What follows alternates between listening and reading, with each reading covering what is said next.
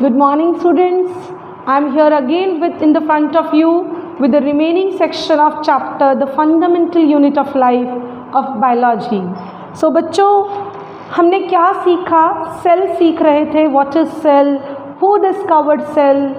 Cell किस तरह से इतना स्पेशल पार्ट है हमारा. How it acts like a structural and functional unit. और ये सेल इतना यूनिक क्यों है? सेल किस चीज़ का बना है? तो students, answer to these questions are what. Cell 3 parts का बना था. कौन कौन सा बेटे?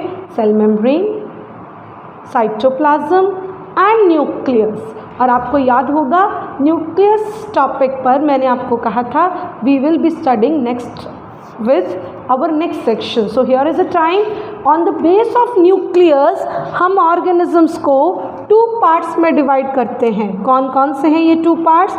Prokaryotes and eukaryotes. So my dear students, once recall nucleus कैसा है, उस बेस पर organisms को या cells को 2 groups में बांटा जाता है, prokaryotic and eukaryotic. तो ध्यान देना, प्रोकैरियोटिक और यूकैरियोटिक ये ऑर्गेनिजम्स कैसे हैं स्टूडेंट्स? यहाँ देखिए, इसके पास न्यूक्लियस नहीं है बच्चों, इसके पास न्यूक्लियोइड है. तो न्यूक्लियोइड क्या है? Less developed nucleus. ये लेस डेवलप्ड क्यों है? क्योंकि जो pure complete well developed nucleus है इसमें स्टूडेंट्स क्या क्या होता है, may I let you know again. उसमें डबल मेम्ब्रेन थी जिसे हम न्यूक्लियर एनवेलप कह रहे थे. उसमें न्यूक्लियोलस था, थ्रेड लाइक क्रोमोसोम्स थे या क्रोमेटिन मटेरियल था, लिक्विड था जिसका नाम था nucleoplasm. This is our well developed nucleus. But यहाँ ऐसा नहीं है बच्चों. Is it clear? Such a less developed nucleus is said to be nucleoid. So ये example है बैक्टीरिया का, ये प्लांट सेल, एनिमल सेल के एग्जाम्पल्स हैं बच्चों. Let's see more in detail. हम और समझते हैं प्रोकैरियोट को और यूकैरियोट को. तो न्यूक्लियस के बेसिस पर हम ऑर्गेनिजम्स को डिवाइड कर रहे हैं on the basis of nucleus, prokaryotes and eukaryotes. So ये वन सेल्ड ऑर्गेनिजम्स हैं with no membrane bound nucleus. सबसे पहला कमी क्या है इनमें? इनमें मेम्ब्रेन नहीं है, न्यूक्लियस ये है. और यहाँ यूकैरियोट्स के बाहर ये मेम्ब्रेन है बच्चों. here it is nucleus. समझ रहे हैं? here is a membrane bound nucleus and other organelles.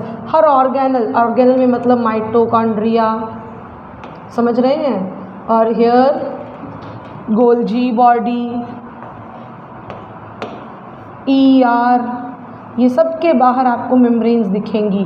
But इनके बाहर कहीं भी आपको कोई मेम्ब्रेन नहीं दिखेगी. है इसके पास सब कुछ, but there is no differentiating membrane. So थोड़ा डिटेल में पढ़ते हैं बेटे डिफरेंसेस. तो सबसे पहला डिफरेंस लेंगे हम. प्रोकैरियोट्स मोस्टली यूनिसेलुलर होते हैं, यूकैरियोट्स मल्टी सेलुलर होते हैं. प्रोकैरियोट्स का साइज हमेशा स्मॉल होता है, it's 0.5 to 5 micrometres. Here it is large, it can be 50 to 100 micrometres. Next, nuclear region is poorly defined. Nucleus का रीजन पूरा समझ ही नहीं आता. क्यों नहीं आता? क्योंकि उसके पास कौन सी मेम्ब्रेन नहीं है students? Nuclear membrane. And here nuclear region अच्छे से दिखाई देता है, मेम्ब्रेन दिखाई देती है, न्यूक्लियोलस दिखाई देता है. इसके पास क्रोमोसोम्स क्या हैं? सिंगल. इसके पास क्रोमोसोम्स क्या हैं? एक से ज़्यादा. यहाँ न्यूक्लियोलस एब्सेंट है. न्यूक्लियोलस का रोल RNA से, प्रोटीन से होता है, बॉडी में प्रोटीन जो बनता है. तो यहाँ पर ये एब्सेंट रहेगा, बट यूकैरियोट्स में ये प्रेजेंट रहेगा. यहाँ मेम्ब्रेन बाउंड सेल ऑर्गेनल्स नहीं होते हैं बच्चों, क्योंकि प्रोकैरियोट्स हैं आर एब्सेंट, जैसे कि plastid, mitochondria, ER, it's endoplasmic reticulum. यहाँ देखिए, यहाँ सेल ऑर्गेनल्स के बाहर आपको क्या दिखाई देगी, माइटोकॉन्ड्रिया के बाहर मेम्ब्रेन, प्लास्टिड, एंडोप्लाज्मिक, इन सब के बाहर आपको लेयर्स दिखाई देंगी। सो सेल डिवीजन यहाँ पे हम पढ़ेंगे डिटेल में, अभी ये नेक्स्ट सेक्शंस पे क्लियर करेंगे डिवीजन क्या होता है, बट फिर भी टाइम बीइंग के लिए समझ लीजिए यहाँ माइटोसिस होता है, यहाँ दोनों होते हैं, माइटोसिस भी और मियोसिस भी। और ये मेनली प्रोकैरियोट किन में दिखता है आपको, बैक्टीरिया में, और BGA it's blue green algae. Eukaryotes कौन कौन है, it's Plantae, it's fungi, it's animalia. तो ये डिफरेंस है, आपकी बुक्स में भी आपको दिया गया है, ये आपको अच्छे से प्रिपेयर करना है। अब आते हैं बेटे नए टॉपिक पर, रिमेनिंग सेक्शंस पर। हमने देख लिया nucleus, cell membrane, cytoplasm. Cytoplasm के अंदर खूब सारे ऑर्गेनल्स होते हैं, जिसमें पहला हम सब ने कर लिया है, first we have completely done. क्या है, सबसे पहला है nucleus, that we have done students. Nucleus हम कर चुके हैं, सेल मेम्ब्रेन हम कर चुके हैं। What we will be go through, mitochondria, other name लिखना चाहते हैं तो लिख लीजिए, power house of cell, ribosome, protein bodies, lysosome, suicidical bags, chloroplast, kitchen of the cell. आप देख रहे होंगे ब्लैक बोर्ड पे तो नेम्स लिखे हैं, मैं इनको निक नेम दे रही हूँ बेटे, निक नेम्स इनके हैं क्योंकि इनका बहुत इम्पॉर्टेंट एक रोल है सेल में। तो माइटोकॉन्ड्रिया एनर्जी से जुड़ा है तो इसलिए बोलते हैं power house of cell. Ribosome protein बनाने में हेल्प करता है तो प्रोटीनेशियस बॉडीज। लाइसोसोम सुसाइड कर लेता है, खुद को भी ख़त्म करता है, हमारे बॉडी में इन्फेक्शन को भी ख़त्म करता है, तो इसको बोलते हैं सुसाइडिकल बैग्स। क्लोरोप्लास्ट, क्लोरोप्लास्ट में आपके प्लांट्स में मिलता है ये ऑर्गेनल, और एक पिगमेंट होता है क्लोरोफिल, ये प्रेजेंट होता है जिसके कारण प्लांट्स फोटोसिंथेसिस करते हैं, खाना बनाते हैं, इसीलिए इसको बोलते हैं kitchen of the cell. Here chromosomes जिनके पास जेनेटिक मटेरियल, साइटोप्लाज्म हमने कर लिया। ER है endoplasmic reticulum, Golgi bodies, vacuoles, cell wall, ये भी हमने कर लिया बच्चों। तो ये था कुछ डिटेल्स जो हमें ऑर्गेनल्स की करनी है, कुछ हम आज करेंगे, कुछ अपने नेक्स्ट सेक्शंस में करेंगे। तो हियर इट इज़, सबसे पहला करवा रही हूँ बेटे माइटोकॉन्ड्रिया। एक बार नाम लेना सीख लीजिए मुझसे, mitochondria. Here it is, double membrane layer है, तो देखिए यहाँ लिखा हुआ आउटर, ये आउटर है, इनर इसकी ये फोल्डेड वाली है, इसको हम ऐसे भी बनाते हैं, ये सिलेंड्रिकल शेप, और here it is folded one is what, folded one is inner membrane.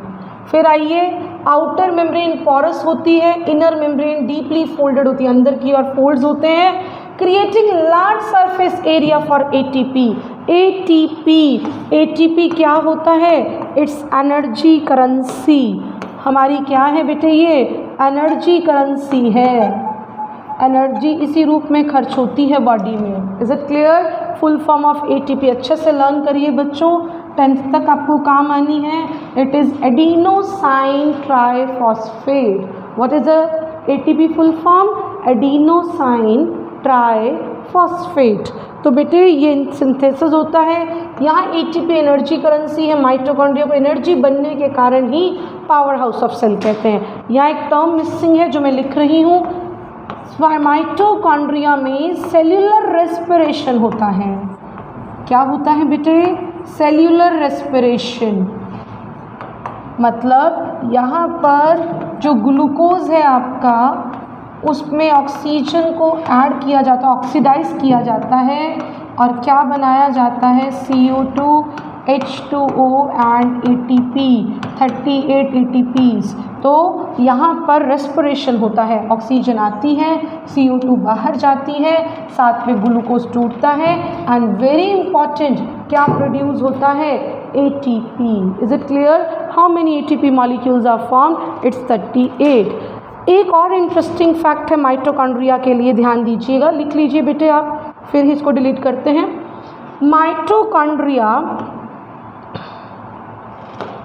Mitochondria के पास खुद का डीएनए है। मैंने आपको अभी पीछे सेक्शंस में बताया था डीएनए न्यूक्लियस में होता है, but mitochondria is capable of having its own DNA, साथ साथ खुद के राइबोसोम्स होते हैं, तो अपनी ज़रूरत के प्रोटीन, ज़रूरत की चीज़ें माइटोकॉन्ड्रिया खुद कर लेता है। इसलिए माइटोकॉन्ड्रिया को हम पावर हाउस के साथ साथ क्या भी कहते हैं, semi autonomous organ, semi autonomous organelle. Is it clear? Next आइए स्टूडेंट्स, प्लास्टिड्स। प्लास्टिड्स एक ऐसे ऑर्गेनल्स हैं जो सिर्फ प्लांट्स में होते हैं, पहली बात। दूसरा, ये डबल मेम्ब्रेन्ड है, present only in plants.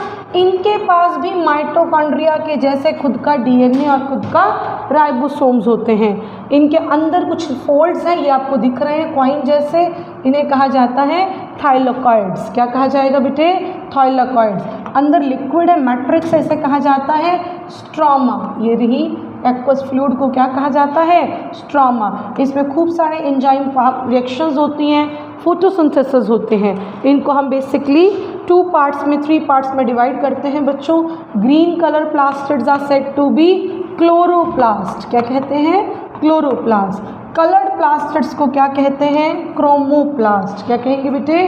Chromoplast. Green colour plastids are called chloroplast, जो फोटोसिंथेसिस में हेल्प करते हैं। और वाइट और कलरलेस प्लास्टिड्स को क्या कहते हैं? ल्यूकोप्लास्ट, जो कि क्या स्टोर करते हैं? ऑयल, प्रोटीन, फैट्स, ये सब चीज़ें स्टोर करते हैं। कम टू द नेक्स्ट बच्चों, और लाइसोसोम्स। क्या है? Lysosomes. This is the last topic. Lysosomes का फटाफट लर्न कर लीजिए। Other name, it's suicidical bag, waste disposal system. 2 तरह किसके नाम हैं, 2 तरह किसके काम हैं बच्चों।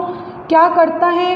ये एक सैक लाइक है, सिंगल मेम्ब्रेन से कवर्ड बॉडी है। इसके पास पावरफुल डाइजेस्टिव एंजाइम्स होते हैं। ये एंजाइम्स कहाँ से आते हैं? ईआर बनाता है, हम बाद में समझेंगे। ये जो भी हमारी टूटी हुई सेल है, ऑर्गेनल है, कोई इन्फेक्शियस बैक्टीरिया बॉडी में आता है तो ये सेल डैमेज हो जाती है। डैमेज होगी तो लाइसोसोम बर्स्ट होगा, फटेगा और सारे एंजाइम्स बाहर आएंगे, खुद भी ख़त्म हो जाएगा और अपनी सेल को भी मार देगा। सभी इसको क्या कहते हैं? सुसाइडिकल बैग्स कहते हैं। और इसी तरह से डेड बॉडीज़ को क्लीन करता है तो क्या बोलते हैं बेटे?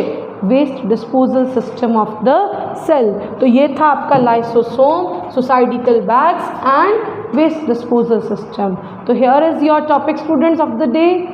Keep on reading and learning biology. Chapter को साथ साथ रीड करिए, वीडियोस वॉच करते रहिए। You will be coming to know about whole chapter. Hardly 1 और मोर सेक्शंस आर लेफ्ट, आपका चैप्टर फिनिश हो जाएगा। So my dear students, God bless you, have fun, have learnings. Bye.